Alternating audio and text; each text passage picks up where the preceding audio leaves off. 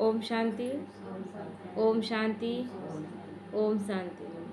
आज बाबा करें अपने को त्याग तपस्वी मूर्त समझते हो? सबसे बड़े से बड़ा मेहनत का त्याग कौन सा है? कौन सा त्याग सबसे बड़ा है? देह अभिमान का। ज्ञान का अभिमान व बुद्धि का अभिमान भी क्यों आता है? पहले देह भान आया ना, अपने आप को हम जानते फलाना है हम, तब ये अभिमान आएगा। अपने ज्ञान का हो चाहे बुद्धि का भी हो, पहले अपने आप का मैंपन का अभिमान आया ना, तो मैंपन किस चीज का? शरीर ही देखेंगे ना। तो पुराने संस्कारों का त्याग भी क्यों नहीं होता है? इसका मुख्य कारण देह अभिमान, क्योंकि देह से नहीं छूट रहे, जबकि शरीर रूपी चोला हर जन्म बदलते जा रहे हैं, लेकिन फिर भी उसी चोले को पकड़े हुए हैं जो छूट जाएगा। तो उसका मुख्य कारण देह अभिमान है। देह अभिमान को छोड़ना बड़े से बड़ा त्याग है, जो हर सेकंड अपने आप को चेक करना पड़ता है। और जो स्थूल त्याग है वह कोई एक बार त्याग करने के बाद किनारा कर लेते हैं, जैसे कि प्याज लहसुन खाना छोड़ दिए, नॉनवेज खाना छोड़ दिए। ये स्थूल त्याग जो है, इसको हम लोग छोड़ते हैं, फिर दोबारा नहीं, अपने पे इतना कंट्रोल है कि फिर दोबारा नहीं खाएंगे। एक से एक मार्केट में चीज़ बनते हुए देखते हैं, उसी मार्केट में जब जाते थे तो कितनी सारी चीज़ों को खाते थे, लेकिन अब वो नहीं खींचता है ना, क्योंकि अपने आप को समझा दिए हैं कि नहीं खाएंगे। लेकिन क्या मन के सूक्ष्म कर्मेंद्रियों पर कंट्रोलिंग पावर है? यही कंट्रोलिंग पावर मन जो सूक्ष्म कर्मेंद्रियां, उन पे भी उसी तरह का होना चाहिए। तो इसीलिए बाबा कहता है एक बार उसको त्याग कर देते हो तो फिर दोबारा उस तरफ नहीं देखते हो, है ना। तो लेकिन यह जो देह अभिमान का त्याग है, वह हर सेकंड देह का आधार लेते रहना है, लेकिन यहाँ सिर्फ रहते हुए न्यारा बनना है। क्यों ऐसा हो रहा है? क्योंकि देह का आधार लेंगे तब तो काम करेंगे ना। देह में रहते हुए खुद को विदेही समझना, ये बड़ा त्याग है। तो इसीलिए बाबा कहते हैं, इसी कारण हर सेकंड देह के साथ आत्मा का गहरा संबंध होने के कारण देह का अभिमान भी बहुत गहरा हो गया। अब इसको मिटाने के लिए मेहनत लगती है, क्योंकि 63 जन्म से अपने आप को शरीर मानकर चले, शरीर के आधार पर सोचे, मैं मेरेपन में चले। अब अचानक से कोई कहेगा कि आप शरीर नहीं एक आत्मा हो, ज्ञान समझ में आ गया, लेकिन मानना, अंदर से एक्सेप्ट करना, क्योंकि मन एक मशीन के तरह, अब वो एक्सेप्ट कर लिया है कि मैं देह हूँ, तब उसको मैं देह नहीं मैं आत्मा हूँ एक्सेप्ट कराने में भी टाइम लग रहा है। तो इसीलिए बाबा क्या कहता है, ड्रिल करो बार बार। इसीलिए ना अभ्यास करने के लिए बोल रहा, ताकि अशरीरी बनते जाए धीरे धीरे। तो अपने आप से पूछो कि सब प्रकार का त्याग किया है, क्योंकि जितना त्याग करेंगे उतना ही भाग्य प्राप्त करेंगे, वर्तमान समय में व भविष्य में भी। अभी जितना त्याग करते जा रहे हैं, और त्याग भी कैसा त्याग है? ऐसा कोई त्याग है जो हमको दुख देगा? त्याग ऐसा कुछ है? मान लीजिए कि कोई कुछ ऐसा बोल रहा है जो नहीं, घर परिवार में ही है, किसी का व्यवहार अच्छा नहीं लग रहा, किसी का बोल अच्छा नहीं लग रहा, लेकिन ये कैसा, क्यों?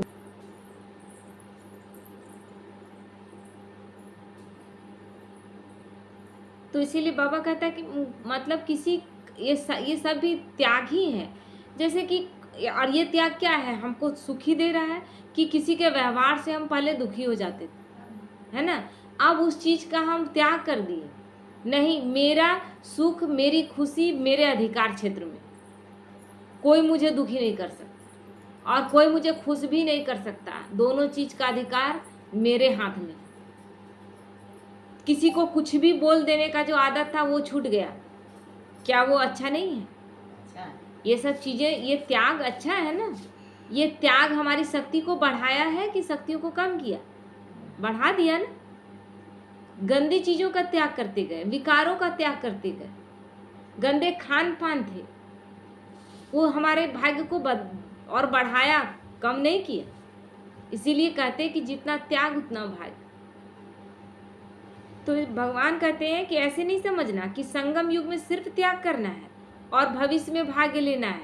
बाबा ये भी नहीं कह रहा है कि बस त्याग करते जाओ और यहाँ कुछ नहीं मिलेगा, वो भी बात नहीं। ऐसे नहीं है। जो जितना त्याग करता है और जिस घड़ी त्याग करता है, उसी घड़ी जितना त्याग उनके रिटर्न में उनको भाग्य जरूर प्राप्त होता है। जितना त्याग करेंगे उतना भाग्य प्राप्त होगा। यहाँ भी संगम युग में ही बाबा, अगर यहाँ नहीं दिखाएगा बाबा, तो बच्चे तो मूंझ जाएंगे, है ना, और बोर हो जाएंगे। केवल केवल केवल परीक्षा ही चले और कुछ प्राप्ति अनुभव ना हो तो वो जीवन अच्छा लगेगा क्या?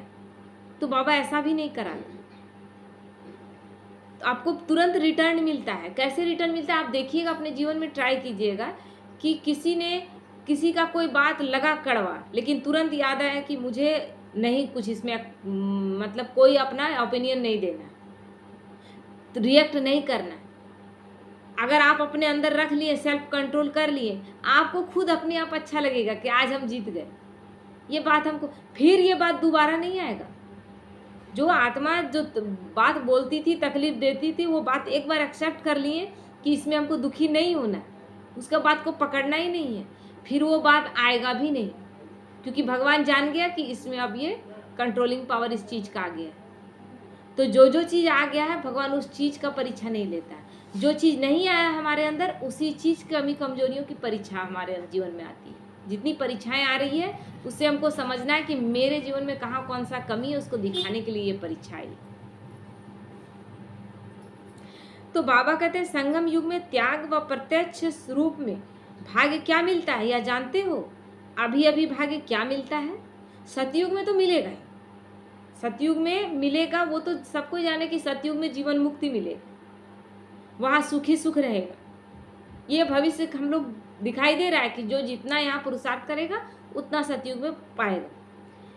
लेकिन आपको अपने त्याग का भाग्य मिलता है अभी।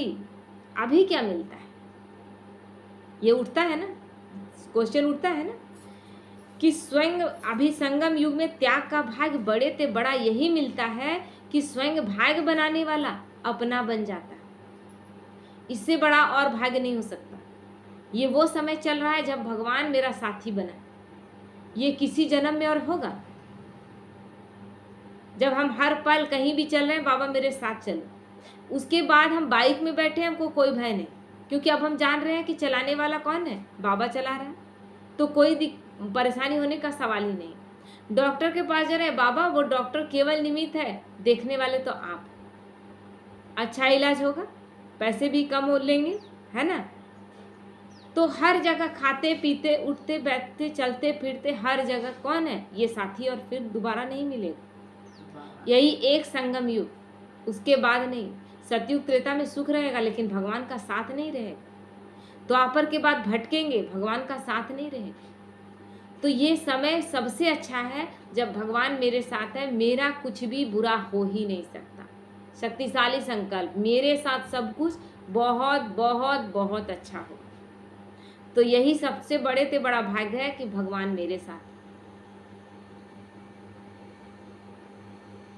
तो अगर त्याग नहीं तो बाप भी अपना नहीं। त्याग किए ना, श्रीमत का पालन करने के लिए।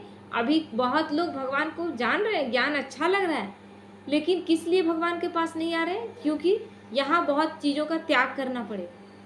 लेकिन इस त्याग से भाग्य कितना बड़ा मिल रहा है वो नहीं दिखाई दे रहा है। छोड़ना पड़ेगा क्या क्या वो दिखाई दे रहा है, मिलेगा क्या क्या वो नहीं दिखाई दे रहा। तो बाबा कहते हैं देह का भान है तो क्या बाप याद है? अगर त्याग नहीं तो बाप भी अपना नहीं। भगवान साथ है, अभी आया है, लेकिन अगर भगवान देह भान में है तो देह तो वो है नहीं, उसके पास तो देह है नहीं। वो तो विचित्र है जिसके पास कोई चित्र नहीं। उसको अनुभव तब करने सकेंगे जब उसी के स्वरूप में रहेंगे, यानी वो परमात्मा और मैं आत्मा, वो एनर्जी मैं भी एनर्जी, तब हम चार्ज हो सकेंगे। तो बाबा कहते हैं देह भान का त्याग करने से ही, देह अभिमानी बनने से पहली प्राप्ति क्या होती है? यही ना कि निरंतर बाप की स्मृति में रहते हो, अर्थात हर सेकंड के त्याग से हर सेकंड के लिए बाप के सर्व संबंध का, सर्व शक्तियों का अपने साथ अनुभव करते हो। जैसे ही देह का भान खत्म होता है वो याद आता है। देह का भान में रहेंगे तो जितने नाते रिश्तेदार, अच्छा बुरा जिसने किया था वही सब याद आएगा। तो जैसे ही बाप की स्मृति वैसे ही स्थिति शक्तिशाली हो जाती है। तो बाबा कहते हैं सर्व शक्तियों का अनुभव करते हो, तो यह सबसे बड़ा भाग्य नहीं है कि नहीं है? ये सबसे बड़ा भाग्य, जब भगवान को याद किए, जब आत्मिक स्वरूप में स्थित हुए, तो सारे गुण मेरे हैं, सारी शक्तियाँ मेरी हैं, ये सारी शक्ति और गुण भगवान के जो हैं वो मेरे हैं, वो इमर्ज हो जाते हैं। लेकिन जैसे ही देह भान में आते हैं, सब तरफ अंधकार है, क्योंकि देह भान में कोई प्राप्ति नहीं, क्योंकि देह विनाशी है और देह का कुछ भी अधिकार ही नहीं, क्योंकि आत्मा नहीं तो देह तो क्या है? निर्जीव। तो यह भविष्य में नहीं मिलेगा। इसीलिए कहा जाता है यह सहज ज्ञान और सहज राजयोग भविष्य फल नहीं, लेकिन प्रत्यक्ष फल देने वाला है। प्रत्यक्ष फल यहाँ दिखाई देता है। यहाँ आप जैसा अनुभव करते हैं वही सतयुग त्रेता में आप अनुभव करें। अगर यहाँ आप खुश हैं, हर पल खुश हैं, हर पल आनंद में हैं, हर पल निर्भय हैं, तभी तो सतयुग में जाएंगे। सतयुग का जीवन कैसा होगा? यहाँ से संस्कार लेकर जा रहे हैं ना, तो संस्कार यही बनाएंगे कि जाकर एक बार की सतयुग में संस्कार बन जाएगा। यहाँ से संस्कार लेकर जाएंगे तो यहाँ खुश जितने हैं, यहाँ खुशी का अनुभव जितना, संतुष्टता का अनुभव जितना है, उतना वहाँ राज्य भाग्य पाएंगे। अगर यहाँ खुश नहीं, यहाँ असंतुष्ट है, तो वो दुनिया क्या होगा? लास्ट में एक जन्म जाएंगे, या हो सकता है सतयुग में न जाके त्रेता में जाए। यहाँ से ही सब कुछ तैयारी हो रहा है। यहाँ जितना जीवन मुक्त अवस्था, उतना जीवन मुक्ति में पहले के पहले नंबर में आएंगे। तो इसीलिए बाबा कहता है भविष्य तो वर्तमान के साथ साथ बांधा हुआ ही है, लेकिन सर्वश्रेष्ठ भाग्य सारे कल्प के अंदर और कहाँ नहीं प्राप्त करते हो। इस समय ही त्याग और तपस्या से बाप का हर सेकंड का अनुभव करते हो, अर्थात बाप को सर्व संबंधों से अपना बना लेते हो। वर्तमान ही हमारा भविष्य निश्चित करता है। आज वर्तमान में मैंने बीज बोया है,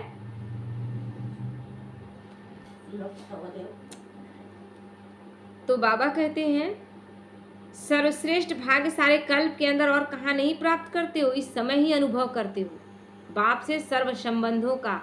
तो वर्तमान जैसा वैसा भविष्य। तो अभी हम जैसा अनुभव कर रहे हैं, अभी अगर डरे सहमे हुए हैं, दुख में हैं, तकलीफ में हैं, कोई बात का बुरा लग रहा है, तो फिर वही लेकर जाएंगे ना संस्कार।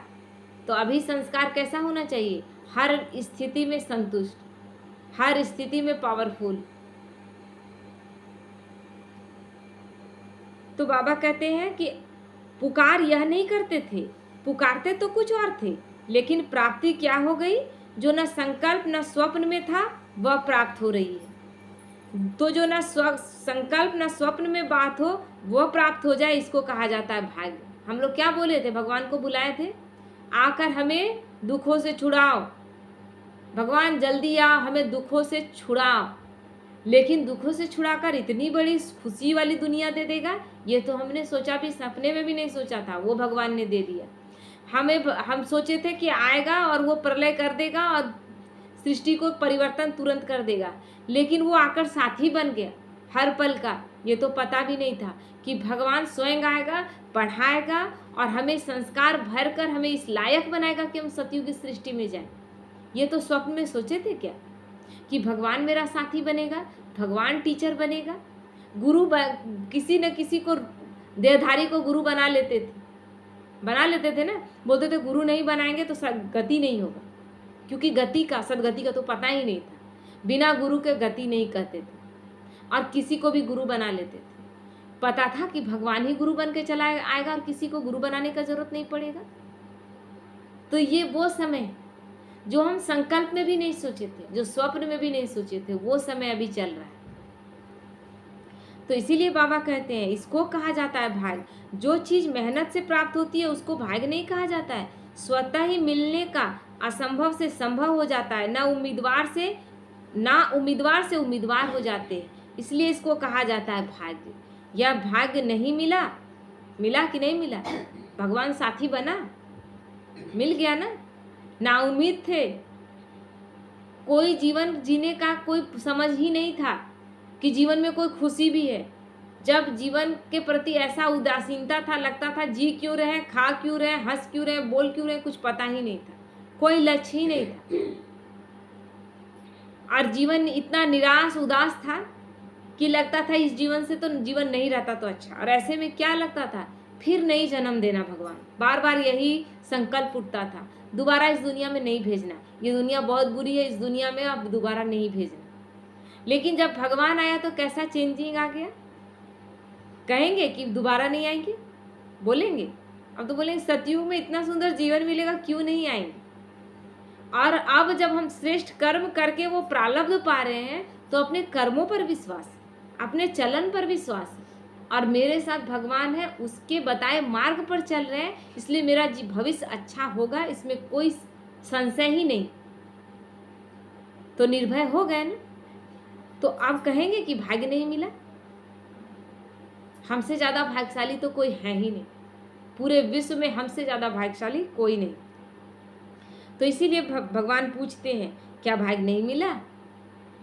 पुकारते तो कुछ और थे, लेकिन मिल क्या गया। हमको सिर्फ अपना कुछ ना कुछ बना लो, इतना ऊंच बनना नहीं चाहते थे, लेकिन मिला क्या, भगवान ने कितना ऊंचा बना दिया, अपना बच्चा बना लिया। सोचे थे कभी कि डायरेक्ट बच्चे बनेंगे, स्वयं तो बन गए, लेकिन बाप को भी सब कुछ बना लिया। स्वयं तो उसके बच्चे बन गए, और बाबा को क्या क्या बनाए, क्या क्या बनाए, बोलिए तो, नींद तोड़कर बताइए अंजू बहन, भगवान को क्या क्या बना ली। बाप, परिवार, जो मन करता है, माँ बाप भाई बहन, सर्व संबंध का रिश्ता उससे जोड़ लिए, सब कुछ उसको बना लिया। वो तो बनाया ही हमें अपना, लेकिन हमने सब कुछ उसको बना लिया। अब क्या भय, जब सब कुछ वही है। तो यह भाग्य नहीं, संगम युग का श्रेष्ठ भाग्य इसी त्याग से मिलता है। क्या त्याग किए, देह के भान का त्याग किए, देह सहित देह के सर्व संबंधों का त्याग किए, तब तो उसको माँ बाप भाई बहन बनाए। यहाँ के माँ बाप भाई बहन का त्याग किए, त्याग का मतलब क्या, बुद्धि से, क्योंकि वो एक रोल में है केवल। लेकिन परमात्मा के लिए जो गा रहे थे, त्वमेव माता च पिता त्वमेव बंधु च सखा त्वमेव विद्या द्रविणम त्वमेव सर्व मम देव देव, कहते थे ना। आज वो चीज कर रहे हैं, पहले गा रहे थे। और लोग जानते बहुत कुछ है, प्रैक्टिकल जीवन में अप्लाई नहीं करते। कल गए थे तो एक बहन से आई थी, तो उसको बता रहे थे कि भोग लगाना है, भोग लगाइए। और भगवान, क्योंकि वो जो मतलब बहन है, उसका युगल भी नहीं है और बच्चे भी नहीं, तो बोले मेरा तो कोई नहीं, ऐसे करके बोल रही थी मेरा तो कोई नहीं है। बोले कैसे कोई नहीं है, भगवान को बच्चा बना लो, भगवान को पति, सब कुछ भगवान को बना लो, और उसको भोग लगाना। बिना भोग लगाए, हम लोग को शास्त्रों में लिखा हुआ है कि अगर बिना भोग लगाए हम खाते हैं तो वो भोजन कीड़े के समान, हम लोग को शास्त्र में लिखा हुआ। अगर भक्ति मार्ग के अनुसार देखें तो लौकिक माँ बैठी थी, तो उस पर मतलब इतना डिटेल से बताई कि हम भी उसका मुंह देखते रह गए। हम बोले देखिए, भक्ति मार्ग सारा चीज़ डिटेल में बोल दी कि ऐसे ऐसे होता है, क्योंकि पूरा शास्त्र पढ़ी हुई है, लेकिन करती कुछ नहीं। तो तुरंत हम बोले कि देखो ज्ञान पूरा है, लेकिन प्रैक्टिकल जीवन में अप्लाई नहीं कर रही है, इसलिए कोई प्राप्ति नहीं है, तुम अप्लाई करो। हम लोग सब कुछ जान रही है कि नहीं भोग लगाएंगे, उस खाने को खाएंगे, वो खाना कीड़े के समान है, और उसके बारे में और डिटेल में जितना हम नहीं जानते हैं उससे ज़्यादा वो बताई, लेकिन करती कुछ नहीं, तो प्राप्ति भी कुछ नहीं।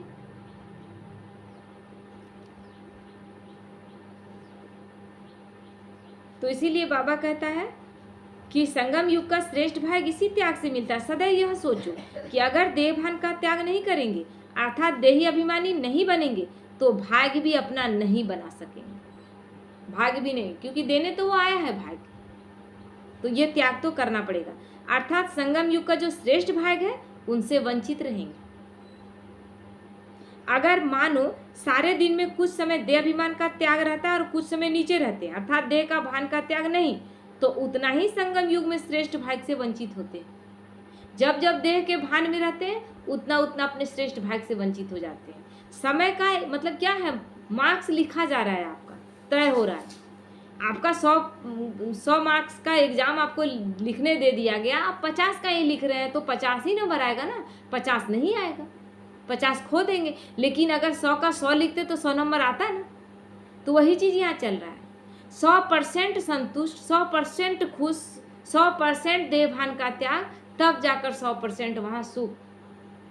तो जो हम जैसा यहाँ रह रहे हैं, हम अभी अपने अनुभव करें कि अंदर हम कितना हल्का है, उतना उस दुनिया में जाने के करीब है और उतना ही उस दुनिया में सुख भोगेंगे। तो इसीलिए बाबा कहता है उसी विधि से। तो आज बाबा भाग बनाने वाला बाप जब हर सेकंड भाग बनाने की विधि सुना रहे हैं, तो क्या करना चाहिए? उसी विधि से सर्व सिद्धियों को प्राप्त करना चाहिए। विधि को न अपनाने के कारण रिजल्ट क्या होती है? न अवस्था की वृद्धि होती है, न सर्व प्राप्तियों की सिद्धि होती है। तो क्या करना चाहिए? विधाता द्वारा मिली हुई विधियों को सदा अपनाना चाहिए, जिससे वृद्धि भी होगी और सिद्धि भी होगी। भगवान सारा विधि बता दिया, भाग लिखने का कलम हाथ में दे दिया, श्रीमत रूपी विधि भी बता दिया कि श्रीमत से ही तुम आगे बढ़ोगे, श्रीमत से ही तुम अपना भाग लिख सको। अब उसके बाद भी हम नहीं भाग लिखे तो भगवान दोषी है क्या? क्योंकि विधि से ही सिद्धि होगा और यही विधि विधान से जो हम सिद्धि प्राप्त करके जाएंगे, जिससे कि हमारे नाम का, हमारे मंत्रों का जाप करके ओझा तांत्रिक लोग द्वापर के बाद सिद्धि प्राप्त करेंगे। हमारा पुरुषार्थ किया हुआ और वो केवल नाम जप से उसको प्राप्त करेंगे। लेकिन हम यहाँ कितना उस सिद्धि को प्राप्त कर रहे हैं, विधि से कितना सिद्धि प्राप्त कर रहे हैं, जिसके कारण विधि विधान से हमारी पूजाएं होगी। द्वापर के बाद कितने विधि विधान से पूजाएं होती हैं? ध्यान से देखेंगे तो हर पूजा कितने विधि विधान से, कोई व्रत कितने विधि विधान से, जैसे तैसे नहीं होता है। क्रिश्चियन लोग में एक कैंडल लिए गए चर्च में और प्रेयर किए, हो गया। लेकिन हमारे में कितना सारा नियम है। तो ये नियम यहीं से तय हो रहा है। विधि भाग बनाने की विधि बताने वाला भाग विधाता स्वयं विधि बता रहा है, इस विधि से सिद्धि प्राप्त करो। जय ओम शांति।